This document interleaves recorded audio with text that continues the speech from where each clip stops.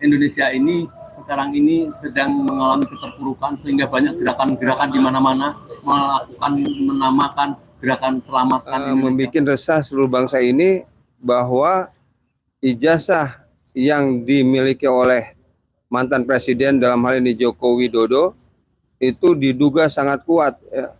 Diduga palsu, bahkan bisa jadi memang nggak ada itu ijazahnya. Indonesia sekarang sedang sakit, jadi saya minta tolong aja kepada Bapak Prabowo. Bapak, maaf, Bapak adalah seorang jenderal dan sekarang menjadi panglima tertinggi di Republik ini. Aliansi Rakyat Menggugat berharap Pak Jumhur tetap berpedoman bahwa kebenaran harus ditegakkan, kedzaliman harus dilawan. Dari kami semua di sini barisan oposisi, satu, di dalam Bapak itu ada suara PIK 2 ya.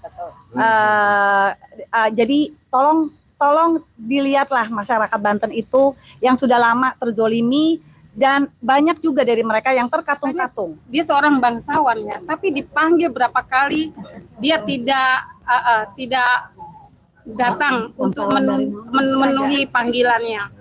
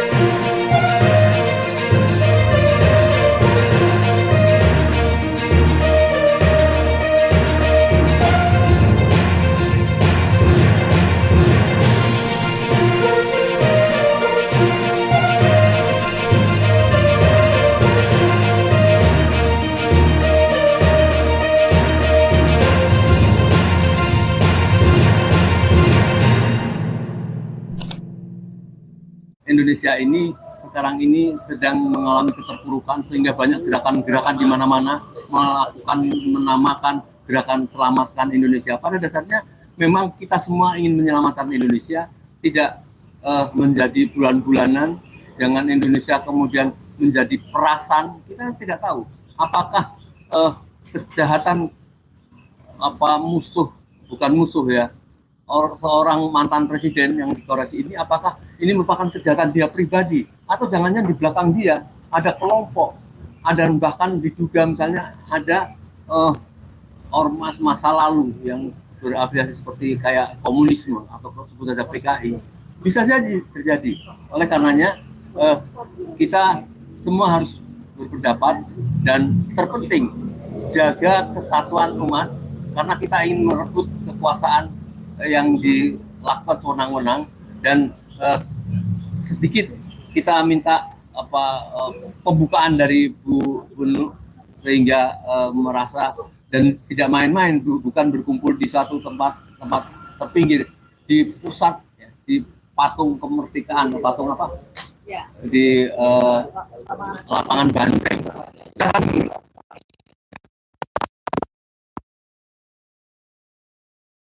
Setelah kembali lagi bertemu dengan kita setelah tanggal 16 April kemarin kita menggelar aksi 16 April kita gelar aksi besar-besaran di mana di DPR, kemudian 21 April dan sekarang memang ini adalah ritme kita tiap hari, yaitu aksi podcast, kemudian kita aksi lagi. Di sini kita akan berbicara mengenai kejadian politik yang sedang berlangsung sekarang, termasuk reshuffle dan kemudian apa yang terjadi kepada Pak JK gitu ya, Om Lim ya, dan juga banyaklah hal-hal yang terkait dengan ijazah palsu yang semakin ke sana semakin ke sini nggak ke sana, jadi akhirnya nggak kemana-mana akhirnya gitu. Jadi banyak hal-hal yang dilakukan oleh para termul ini yang akhirnya menjadi tidak substansi. Jadi itulah yang memang harus dari kita sekarang itu kita harus aware dengan apa yang dilakukan oleh para termul, karena nanti pada tahun 2029 percaya kita akan berhadapan dengan mereka dengan kepentingan siapa yang membayar mereka. Itu aja dari saya. Mungkin kembali lagi ke Om Bim. Ya, ya. Jadi kekhawatiran perlindungan terhadap ijazah palsu yang disampaikan Mbak Menlu tadi, ini bukan sebuah kejahatan biasa. Ya, bayangkan seorang tokoh bangsa seperti JK diwawancarai sebuah media hanya mengatakan bagaimana sebaiknya tentang ijazah, dikatakan ya sebaiknya tunjukkan saja. Kemarahan terhadap termul-termul itu luar biasa sampai menyerbu dan memfitnah Pak JK dalam ceramahnya di UGM mengatakan bahwa sedang mengadu domba antara umat Kristen dengan umat Islam. Padahal sekarang orang-orang dari umat Kristen bangkit, tidak ada kecurigaan terhadap seperti itu. Dan ini berbahaya. Ini cara-cara PKI melakukan pecah bangsa hanya karena melindungi dari ijazah itu. Kita tahu bahwa kejahatan ijazah itu bukan hanya kejahatan penipuan itu saja. Oleh karena itu saya minta komentar dulu Bang Ismet, tokoh kita yang juga di lapangan kemana-mana ya, udah Solo meng-create ini. Silakan Bang Imet. Assalamualaikum warahmatullahi wabarakatuh. Waalaikumsalam. Ya, bangsa ini sebenarnya membutuhkan anak-anak bangsa yang cerdas. Ya. Kondisi politik saat ini kita sudah ketahui bersama, Indonesia berada dalam titik nadir, ya, titik terendah, ya, di mana bangsa yang besar ini begitu seperti dipecundangi oleh satu orang, ya. Senegara itu kalah gitu, ya, baik berbagai elemen, para intelektual, aktivis, ya, para ulama, juga elemen-elemen tokoh. Jadi kasus yang sebetulnya harus selalu kita fokus untuk minta diselesaikan oleh Presiden Prabowo, yang memang beliau harus menjalankan amanat rakyat, amanat Undang-Undang Dasar 1945, terutama pembukaannya, bahwa ijazah itu tidak bisa dilihat hanya sebagai sebuah kasus biasa. Ya, kenapa? Karena ini terkait dengan seorang mantan presiden, ya, yang secara konstitusi dilantik dengan benar, ya, kemudian mestinya dari tingkat KPU dari segala tingkatannya memverifikasi kebenaran dokumen ijazahnya, tapi ternyata itu membuat resah seluruh bangsa ini bahwa ijazah yang dimiliki oleh mantan presiden dalam hal ini Joko Widodo itu diduga sangat kuat, ya. Diduga palsu, bahkan bisa jadi memang nggak ada itu ijazahnya. Seorang presiden, mantan presiden ini menantang-nantang rakyat, ya, bahwa dia akan menunjukkan ijazahnya di persidangan, mulai dari ijazah SD-nya sampai S1-nya. Tapi beberapa kali persidangan diadakan, dia tidak kunjung datang untuk, ya, sebagai seorang gentleman, ya, katanya seorang negarawan, hadir, ya, untuk menunjukkan ijazahnya. Yang menurut, ya, dua tokoh, ya, mantan presiden juga, yaitu Megawati dan Bapak mantan Wapres Yusuf Kala, untuk menunjukkan ijazah itu secara sederhana kalau memang ijazah itu asli. Dan yang paling miris itu adalah pendapat seorang tokoh nasional yang mengatakan jika, ya, ijazahnya itu asli saja, ya, bahwa disitulah bisa disebut Jokowi melakukan kejahatan, ya. Kenapa? Karena dia membiarkan, jika ijazahnya asli, membiarkan anak bangsa ini jadi terpecah belah gitu, ya. Dan ini melanggar kan nilai Pancasila.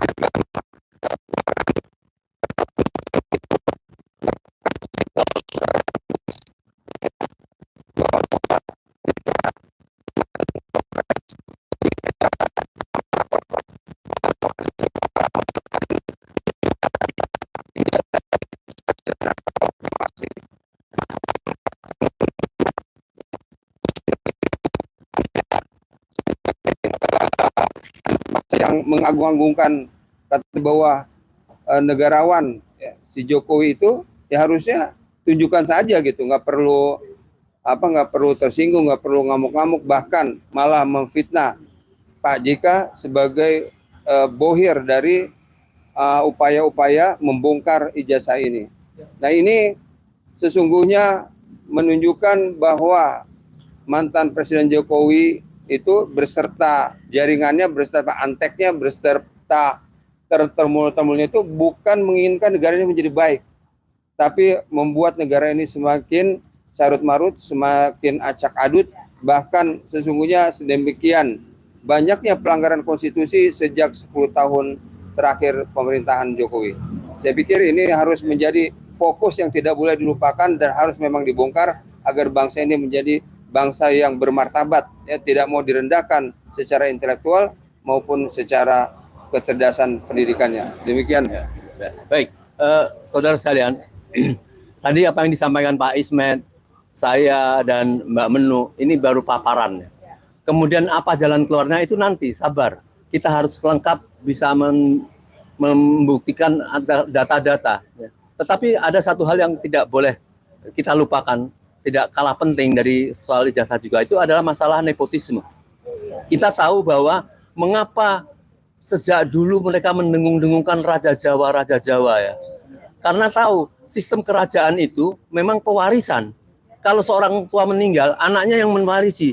Jadi dia ingin menunjukkan seperti itu, ya, nepotisme ini dengan mengangkat bahwa Raja Jawa. Ini yang harus dikoreksi, kita tolak habis-habisan, karena bukan saja menolak tentang sistem kerajaan pada sistem sekarang ini, tetapi yang terpenting adalah ini hanya sebagai alibi saja, alibi untuk merebut kekuasaan dengan cara-cara curang, sehingga orang Indonesia tidak segan mengatakan bahwa kepemimpinan Gibran itu adalah anak haram dari konstitusi. Ya, betul. Faktanya untuk memasukkan Gibran menjadi wakil presiden dipaksakan harus merupakan dengan nomor 90 MK itu, ya, seolah-olah ini terjadi satu perubahan umur.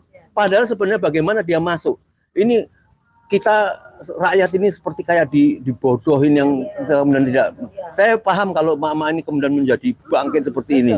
Ya, nepotisme ini harus kita tolak, ya, karena dilakukan dengan cara-cara yang tidak adil, dan bahkan yang kita tambahkan yang kedua adalah kita kemarin agak bersyukur, wah sudah mau lengser.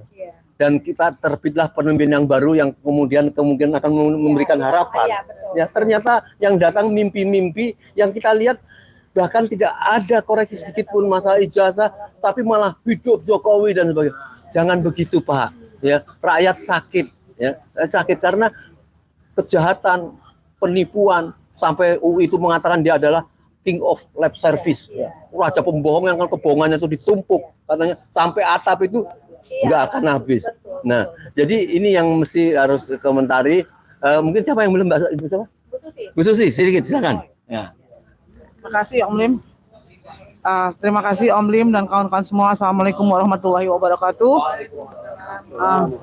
Benar apa kata Om Lim, Mbak Menu dan Pak Ismet, Indonesia sekarang sedang sakit. Jadi saya minta tolong aja kepada Bapak Prabowo. Bapak, Bapak adalah seorang jenderal dan sekarang menjadi panglima tertinggi di Republik ini.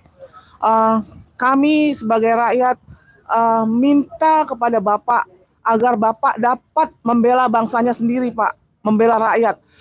Ijazah Jokowi itu hampir dinyatakan palsu atau tidak ada, karena selama ini bertahun-tahun belum dapat ditunjukkan kepada rakyat Indonesia.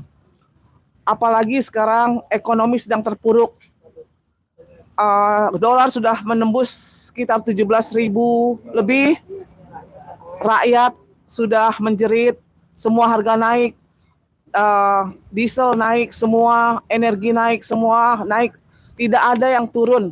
Yang turun adalah hanya air mata rakyat.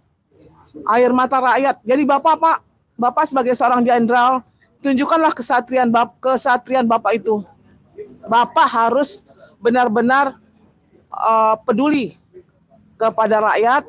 Jangan sampai Bapak tertipu oleh oligarki rakus yang telah menjarah sumber daya alam Indonesia, baik di bidang pertanian, seperti sawit, di pertambangan mineral, seperti migas, batu bara. Apalagi sekarang kami mendengar ada sumber daya alam yang baru ditemukan oleh perusahaan Itali dari Eni di Kalimantan, itu berjuta-juta kubik untuk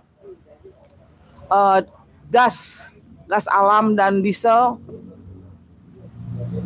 Itu kan suatu kekayaan alam. Kalau pemimpinnya jujur dan amanah, rakyat akan makmur dan tidak akan kelaparan seperti ini, Pak. Tidak akan berebut bansos, tidak akan berebut sesuatu yang harus tidak diperebutkan. Karena kekayaan alam kita itu bukan hanya dari minyak aja. Seluruh dunia itu memperebutkan Indonesia karena kekayaan Indonesia. Kita sebenarnya nggak butuh mereka yang butuh kita. Mereka butuh kita karena kita punya semuanya. Cuma satu, Pak Prabowo jangan merem, Pak. Melek, Pak. Turun ke bawah, Pak. Tolong aktifkan handphone Bapak, 10 handphone atau 20 handphone di kamar Bapak agar Bapak dapat melihat jeritan-jeritan rakyat di Indonesia. Mungkin Bapak terlampau sibuk, terlampau mempercayai kiri kanan Bapak, tapi kami mohon sebagai rakyat, Pak, jangan sekali-sekali Bapak tengok ke atas tapi jarang tengok ke bawah. Rakyat itu, Pak, menjerit sama sekali tidak mendapatkan kebahagiaan di negeri sendiri. Kesehatan sekarang sudah dikurangi fasilitasnya. Begitu juga pendidikan. Selama kepemimpinan Jokowi, masyarakat Indonesia itu terbodohkan dengan program Merdeka Belajar. Merdeka Belajar itu mau belajar kayak mau enggak kayak terserah. Yang penting DIPA turun, dana turun, tapi anak jadi bodoh. Sekarang anak SMA tidak bisa hitung kali-kali yang agak rumit atau hukum Pitagoras. Dulu anak-anak SD tahu apa itu stomata, apa itu IPA yang sangat sulit. Tapi sekarang mereka tidak tahu karena kepedulian mereka tidak ada terhadap pendidikan. Mereka masa bodoh dengan program Merdeka Belajar. Jadi program-program yang membodohkan Indonesia itu mungkin sengaja dibuat oleh asing atau asing agar kita jadi bodoh, jadi tidak bisa melawan, agar SDA kita bisa dikeruk dan dihabisi oleh orang-orang luar, dirampok, sehingga rakyat itu tidak boleh bahagia di negerinya sendiri. Rakyat harus menderita. Tengok, Pak, ke bawah, nggak usah jauh-jauh. Di Banten itu, Pak, dengan adanya PIK 2, ada negara dalam negara, maka rakyat yang punya tanah itu banyak yang terzolimi. Mereka dipaksa untuk menjual tanahnya dengan harga murah, kalau tidak dikriminalisasi. Hampir semua rakyat Banten takut bersuara, karena kalau bersuara langsung diangkat, langsung ditangkap. Jadi Bapak tolong tengok, perbaiki semua kementerian-kementerian yang ada selama ini. Jangan asal Bapak senang. Jangan asal abes oke, tapi di bawah hancur. Jadi tempatkan orang-orang yang berilmu, yang berintegritas, yang jujur, yang amanah untuk memimpin negeri ini. Jangan tempatkan orang-orang yang salah atau orang-orang yang sudah merusak bangsa ini, orang-orang yang sudah menzolimi rakyat, ditempatkan di tempat yang empuk atau ditempatkan di tempat yang strategis. Nanti Bapak capek sendiri. Kenapa Bapak menempatkan orang-orang yang tidak ada rasa kebangsaannya? Mereka malah mendukung dan membela oligarki.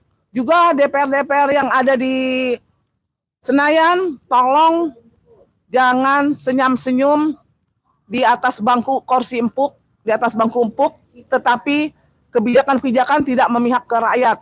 Kebijakan dan undang-undang berdasarkan pesanan dari oligarki. Sekali lagi kami mohon maaf, bukan kami membenci Bapak atau membenci pemimpin di rakyat Indonesia ini, tapi itulah kenyataan yang ada selama ini yang tidak bisa diungkapkan oleh banyak orang. Hanya kesempatan yang sebentar ini, yang sedikit ini, kami mengungkapkan perasaan dari seluruh rakyat Indonesia bahwa Indonesia harus bangkit melawan oligarki. Jadi sesuai dengan kaos kami yaitu Indonesia bangkit tanpa oligarki. Setuju ya? Indonesia bangkit tanpa oligarki. Oligarki itu sebenarnya ngambil uang dari uang kita juga, dari jarahan, dari rampokan SDA seperti nikel yang dikirim ke negeri Cina tanpa ada catatan di negeri sendiri. Di negeri Cina ada catatannya, tapi di negeri sendiri tidak ada. 5, juta ton nikel. Itu harus diperhatikan, KPK juga jangan tebang pilih, harus melek. Juga korupsi-korupsi yang besar-besar jangan dipetieskan. Sekali lagi kami mohon, Pak Prabowo hiduplah bersama rakyat. Sehat Pak, sehat, panjang umur, semoga Bapak dapat memimpin negeri ini untuk membela rakyat, membela bangsa sendiri, bukan membela bangsa asing atau asing. Sekali lagi, jangan pernah takut dengan sumber daya alam Indonesia. Kita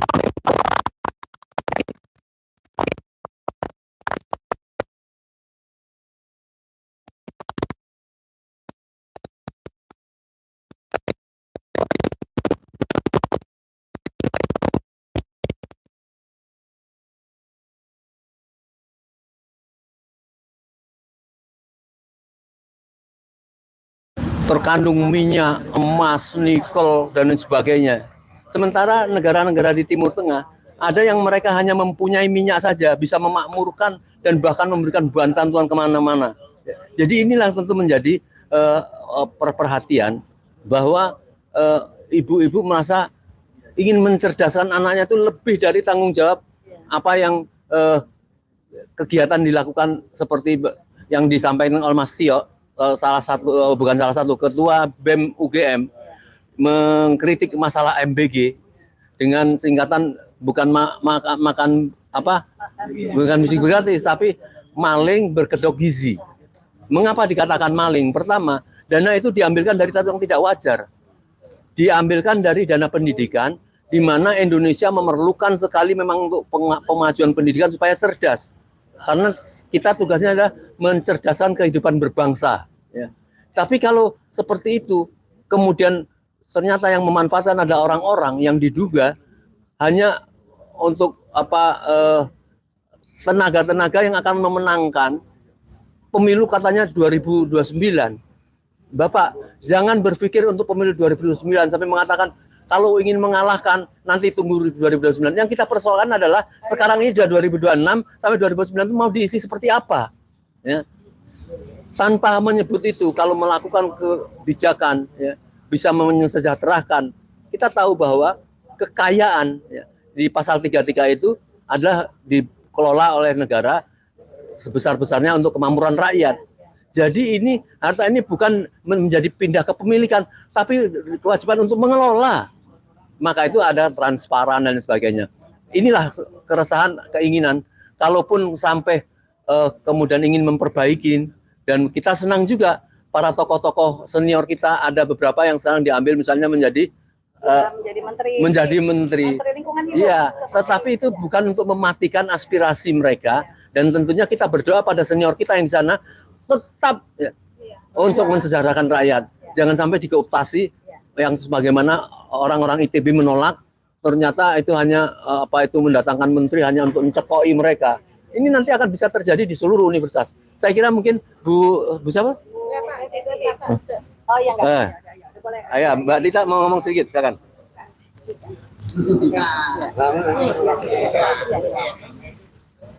Kali ini Assalamualaikum warahmatullahi wabarakatuh.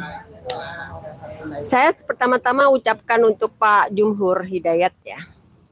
Selamat sudah menjadi Menteri Lingkungan Hidup yang biasanya bersama kita di lapangan. Salah satu dari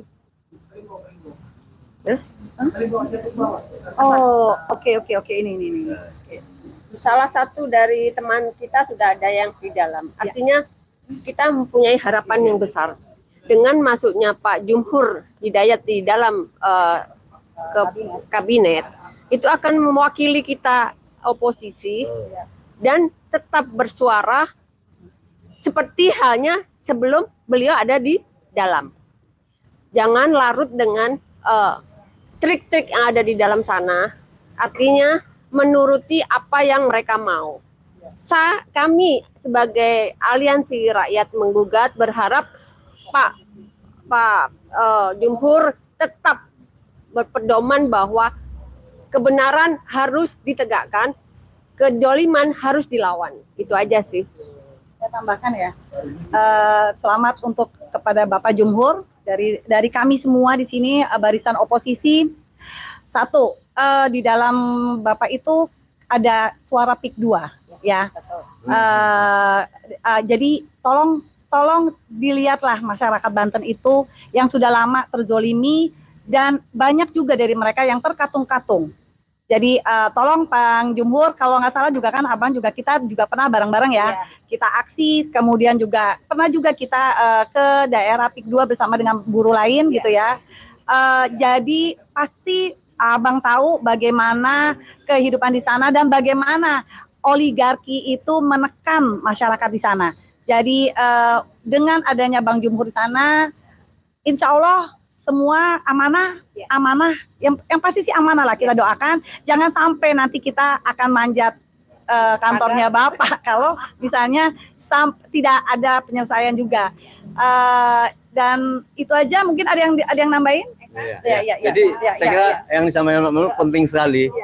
Jadi kepada Mas Jumhur, ya, karena teman-teman ini merasa selama ini di lapangan juga dengan Mas Jumhur, dan tentu ada itikat baiklah kalau kita melihat beliau dijadikan menteri. Nah, tentu jangan sampai lupa apa yang sedang terjadi sekarang ini. Itu belum selesai urusannya. Di dalam hiruk-pikuk seperti ini, beliau nanti akan untuk supaya bisa langsung dengan dikooptasi malah nanti kemudian kita yang dimatikan perjuangannya. Itu yang tidak boleh. Dan akan malah jadi sedikitkan barisan kita, diambil oleh pengurangi. Jadi harus karena kan sudah berkembang luas ya di masyarakat ini. Ini ada pindah kelompok pindah. Beliau ini kemudian merekrut supaya banyaknya orang yang tadinya oposisi, yang tadinya kritik, kemudian dia menjadi satu kelompok yang dari untuk perjuangan itu. Jadi siapapun, betul. Jadi siapa menjangankan Banggasku, Jokowi pun ya, kalau dulu dalam amanah menjadi presiden, ada kasih sayang pada masyarakat, ada keadilan, ya pasti tidak akan ada satu kemarahan masyarakat itu. Dia ada Jokowi itu kasih sayang. Oh, kasih sayang kepada anaknya, kepada mantunya. Jadi bukan kepada bukan kasih sayang. Itu menjerumuskan anaknya yang tidak pantas itu dijadikan itu dan menjerumuskan rakyat Indonesia yang jumlahnya ratusan juta ini dipimpin orang yang tidak kapasitas moralnya. Kita tidak perlu ngomong masalah fufafala. Ini ada mama yang sangat geram ya dari Madura. Mbak Esa. Madura berbicara. Saya cuma hanya berharap kepada Pak Prabowo ya, agar sudahilah kegaduhan ini, agar mendesak Pak Jokowi untuk segera diadili dan segera menunjukkan ijazahnya. Karena selama ini Pak Jokowi udah 4 kali dipanggil, dia mangkir ya, dan tidak katanya dia seorang bangsawan ya, tapi dipanggil berapa kali dia tidak datang untuk memenuhi panggilannya. Dan saya berharap Pak Prabowo, gara-gara ijazah ini kita saling berantem dan memecah belah anak bangsa. Kita saling bermusuhan Pak, antara yang katanya asli dan yang katanya palsu ya, yang asli kata Pramuka itu ya. Jadi kita berantem terus. Jadi kesalahan Pak Jokowi juga mempunyai basar-basar ya, yang katanya dibayar sangat mahal, ada yang katanya 40 juta. Mereka tidak takut loh, sama siapapun mereka tidak takut. Jadi ini udah jelas ya, mereka itu ada dekengannya, makanya mereka tidak takut sama siapapun. Tuhan pun mereka lawan. Ini mereka tidak bertuhan loh sebenarnya. Masya Allah. Mereka tidak beragama juga. Mereka melawan. Melawan siapa sebenarnya? Melawan rakyat yang ingin kebenaran. Berharap kepada Pak Prabowo, tolong sudahi semua. Kita ini cinta dengan tanah air kita. Tapi dengan adanya seperti ini, dengan adanya ijazah Pak Jokowi ini, kita jadi bikin gaduh dan tidak tenang di negeri sendiri. Tolong Pak Prabowo, dengarkan keluhan kami semua, dengarkan keluhan rakyat Indonesia, sudahi semuanya. Terima kasih Pak Prabowo. Baik. Dilanjut, ini ada Mbak Rita belum bicara. Oh. Sudah ya. Udah. Ada lagi. Itu Adel ke sini dong. Waduh. Sodorin. Ya. Ya. Udah lagi, Del. Apa-apa sebentar doang. Assalamualaikum warahmatullahi wabarakatuh. Kalau saya lebih ingin menanggapi masalah ijazah ini ya. Jadi gini, ini terlalu banyak biaya yang dikeluarkan oleh negara untuk urusan ijazah. Padahal pembuatan ijazah itu cuma berapa. Jadi lucu gitu ya. Jadi ini untuk Pak Jokowi nih, kalau Pak Jokowi saya yakin kayak gini-gini ada laporan masuk ke dia ya. Tapi kalau Pak Prabowo saya nggak yakin nyampe ke dia. Ya, ada ibu negara. Ya, kalau Pak Jokowi gini Pak, jangan berpikir di Indonesia ini nggak ada orang cerdas. Jadi dia berbohong itu dengan mudahnya. Bohong itu bohongnya yang murahan banget gitu. Yang gampang banget ditemukan oleh orang-orang kita yang contohnya yang kemarin podcast sama Om Lim ya, topi merah. Itu padahal masih kecil. Mungkin banyak lagi ribuan orang-orang cerdas di Indonesia ini kan. Masalahnya ini belum tergugah aja. Nah, ini untuk para penonton YouTuber mungkin gitu ya. Jadi kalau menonton berita-berita seperti ini, tolonglah jangan hanya menonton, tapi bergerak gitu kan. Saya berharap bergerak semua dari semua kalangan, tolong bergerak. Jangan hanya nanti mendekati Pilpres semua bergelut turun ke jalan, bergerak. Kita buat apa Pilpres yang akan mengharapkan Pilpres sukses, tapi negara masih seperti ini, gitu. Kita turun setiap hari bukan hanya main-main ya, tapi kita ingin negara ini biaya udah banyak banget kan gitu ya. Jadi kita pengen demokrasi ini betul-betul murni demokrasi. Ya mudah-mudahan kita berharap di 2029 demokrasi betul-betul berjalan lancar dengan musnahnya generasi Jokowi. Dan para termulnya. Termul kita tiarapkan lah ya. Sebenarnya termul itu selama dana masih ada dia tidak akan musnah. Jadi buat mereka kebohongan biasa gitu ya. Jadi kebenaran tidak ada di dalam, kebenaran itu tidak ada di kepala mereka gitu. Yang penting mereka kan mendukung dan itu dibayar. Itu aja sih. Terima kasih. Assalamualaikum warahmatullahi wabarakatuh. Waalaikumsalam warahmatullahi wabarakatuh. Ya, masih ada beberapa tokoh. Saya harap bicara walaupun semenit saja ya untuk menunjukkan representatif dari masyarakat ini ya. Jadi sekali lagi kita sangat berharap sekali harapan kepada Pak Prabowo untuk menegakkanlah kekhawatiran masyarakat, yaitu misalnya tentang pemimpin yang dilanjutkan oleh pendukung-pendukung yang orang-orang menyebut termul itu kasihan karena mereka tuh hanya dua kemungkinan. Satu memang biasa sudah sudah cara berpikir otaknya itu seperti itu, ya, atau anti kebenaran. Anti logikanya kebalik. Oh, kebalik ya. Kalau logikanya mereka berpikir termul ya, berpikir kita ini adalah produk kegaduhan. Kita ini adalah yang membuat gaduh negara dan tidak ingin negara ini maju. Satu, kita ini kenapa kita ribut di ijazah? Karena kita ingin pemerintah sekarang kembali lagi. Yang nilai kejujuran itu tidak ada, kita kembalikan. Yang kalau memang Jokowi itu adalah seorang negarawan, dia pasti akan mudah sekali menunjukkan ijazahnya seperti apa saran Pak JK. Betul ya? Ingat, ijazah itu bukan aib. Itu adalah suatu kebanggaan. Tapi untuk Jokowi, ijazahnya kita anggap goib. Jadi seperti itu. Bodong. Dan satu lagi, tolong kepada para termul nih, kalian itu hanya berisik karena apa sih? Apakah demi Indonesia? Bukan, tapi demi Jokowi. Jadi artinya kalian beda sama kami. Kami akan sampai kapanpun kami akan lawan kalian. Karena kami di sini terbukti karena kaki kami. Kami tidak ada yang membiayai dan kami pasti akan selalu lawan. Itu aja sih. Iya, Ya, kan? jadi logikanya seperti ini. Ya.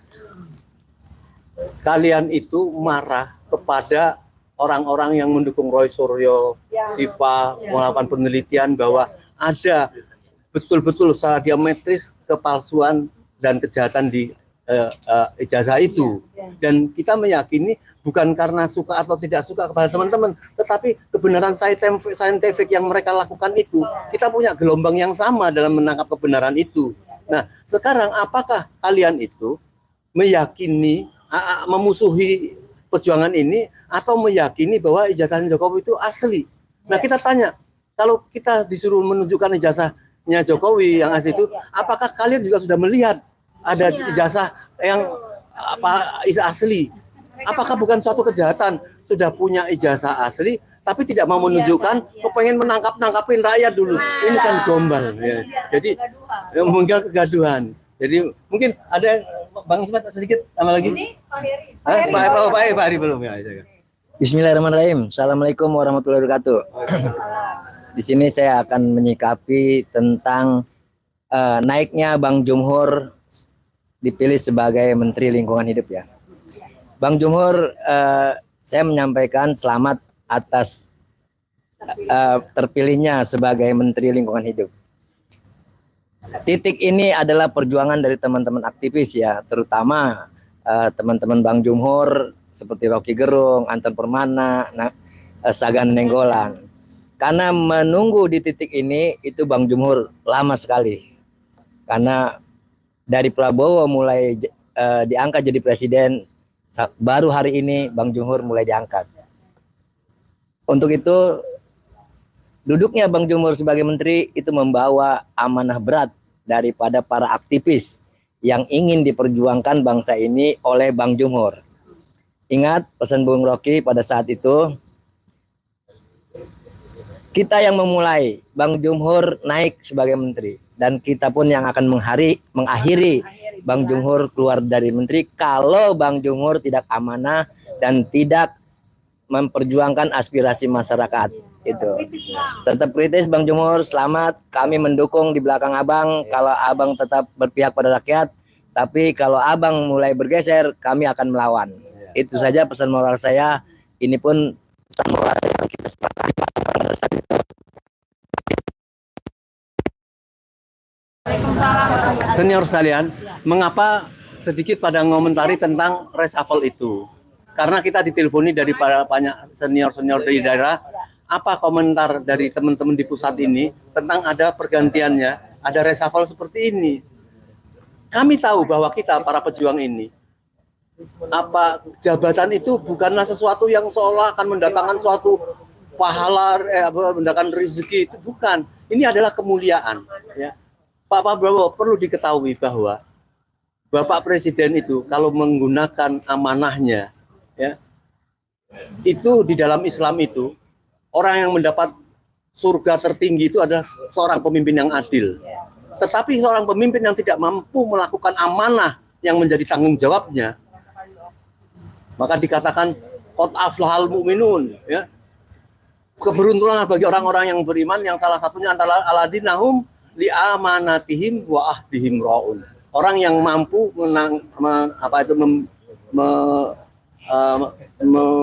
menerima amanah, ya, apabila dia kemudian mampu. Ada lagi yang mau ingin menambahkan? Ya, ya. Insya Allah. Ini Bang Derpol. Sedikit. Ya. Ya, silakan. Sedikit ya, sedikit. Ya, mohon maaf ini mungkin sedikit aja.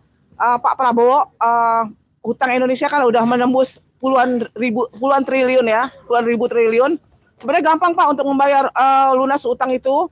Satu, buktikan bahwa ijazah Jokowi itu memang palsu. Kalau palsu, kalau dia palsu dia harus bertanggung jawab untuk mempertanggungjawabkan MOU semua yang sudah dia tanda tangan. Itu nggak Om Lim? Ya. Harus kalau, jadi kalau mau menunjukkan ijazah yang asli, nanti minyak bisa turun. Iya.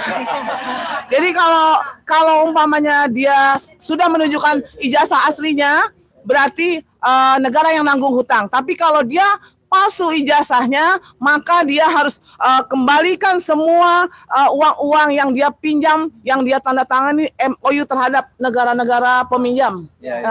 Jadi miskinkan keluarga Solo untuk membayar hutang yang dia pakai sendiri, bukan untuk rakyat ya Om ya, bukan untuk kesejahteraan rakyat.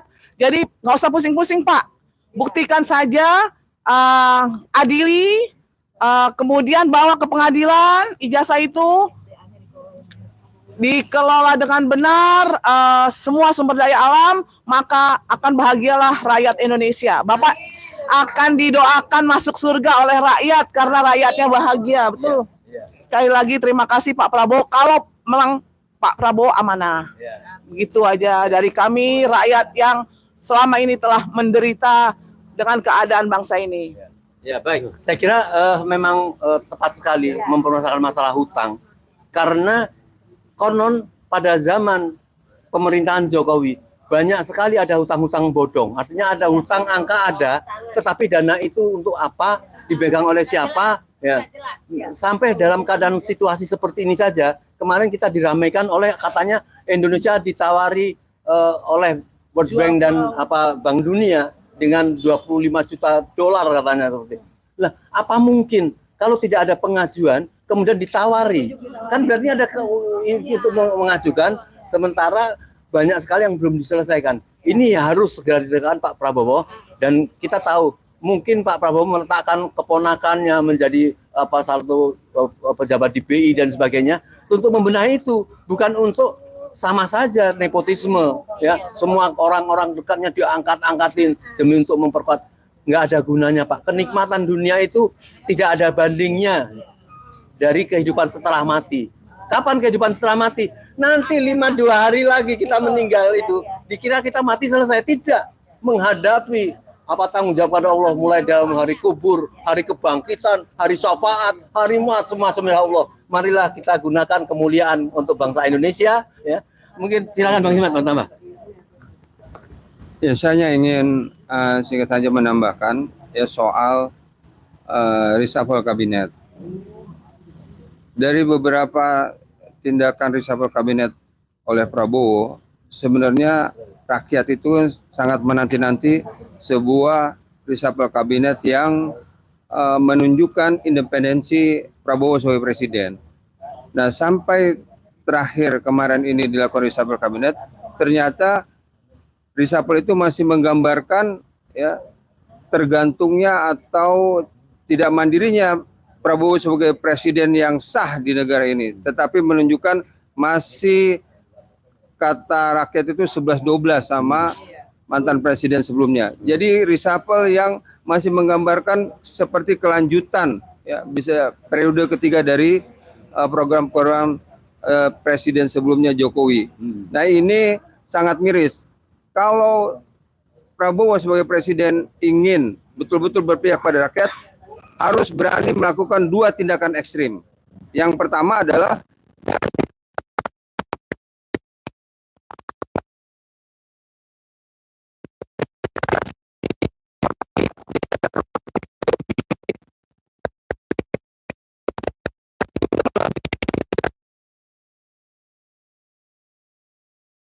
selama ini di bidang kepolisian dan kemiliteran. Jadi Presiden Prabowo harus berani menunjukkan jiwa satrianya ya, sebagai mantan komandan Kopassus ya.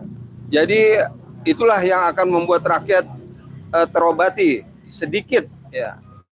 Mudah-mudahan ini bisa didengar oleh Prabowo bahwa beliau harus menunjukkan independensinya dan menjadi seorang presiden yang punya jiwa kesatria.